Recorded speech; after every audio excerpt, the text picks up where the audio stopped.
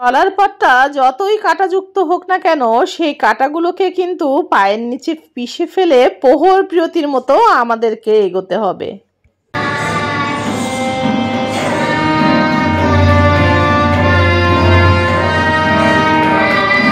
শুধুমাত্র গাধার মতো কাজ করে গেলে হবে না, এর ফিডব্যাকটা কি আসলো, এর মূল্যায়নটা কি হলো, সেটাকেও কিন্তু আমাদের যাচাই করে দেখতে হবে। আর মিস কিন্তু সেই কাজটাই করছিলেন। গত ক্লাসের হোমওয়ার্কটা কে কতটুকু বাসায় প্র্যাকটিস করেছে, এই জন্যই কিন্তু মিস এক এক করে সবাইকে ধরবেন এবং দেখবেন কে কতটুকু করতে পারেন।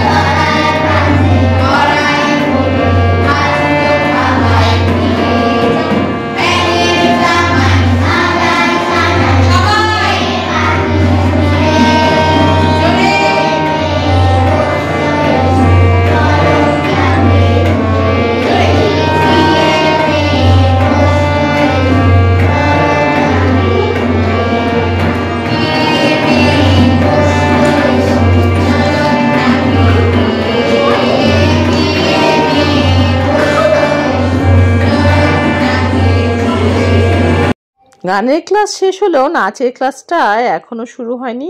প্রহরপ্রিয়তি ওর বন্ধুরা সবাই মিলে অপেক্ষা করছিল, যেহেতু আগের ব্যাচকে শেখানো হচ্ছিল।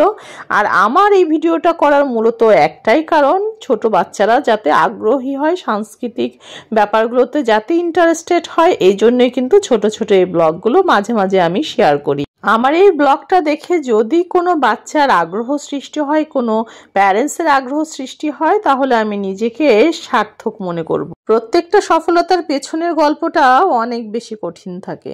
5, 6, 7, 8,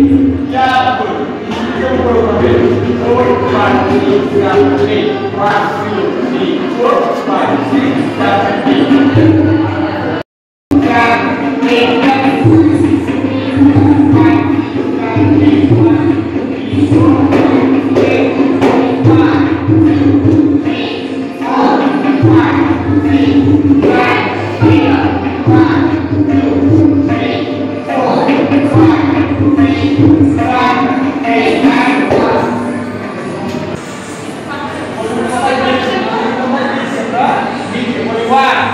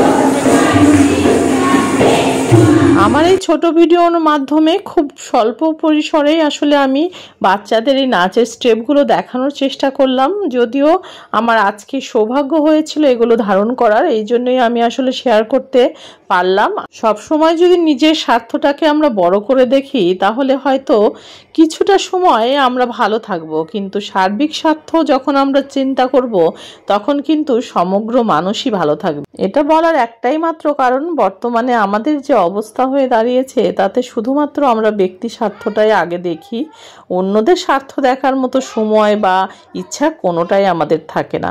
তবে আমি সবসময় চেষ্টা করি যেন ভালো কিছু আমি সমাজের কাছে রেখে যেতে পারি। আমার মাধ্যমে যদি ছোট্ট করে হলেও কেউ উপকৃত হয় তাতেই আমি ধন্য মনে করব নিজেকে।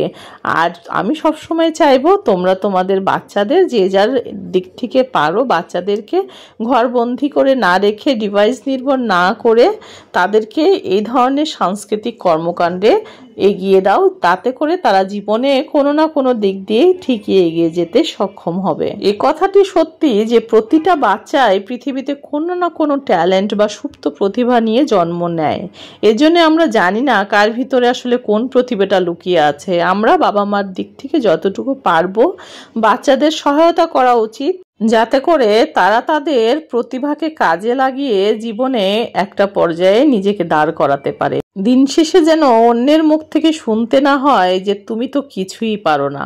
বাচ্চাকে সবসময় কেন স্কুলে র্যাঙ্ক করতে হবে বলো তো? কেন বাচ্চা পারবে না তার নিজের প্রতিভা দিয়ে প্রত্যেকটা জায়গায় তাকে প্রতিষ্ঠিত করতে? শুধুমাত্র আমরা যারা বাবা মা আছে তাদের ছোট্ট চেষ্টা থেকেই কিন্তু বাচ্চারা তাদের নিজের প্রতিভা দেখাতে পারে সুন্দর করে।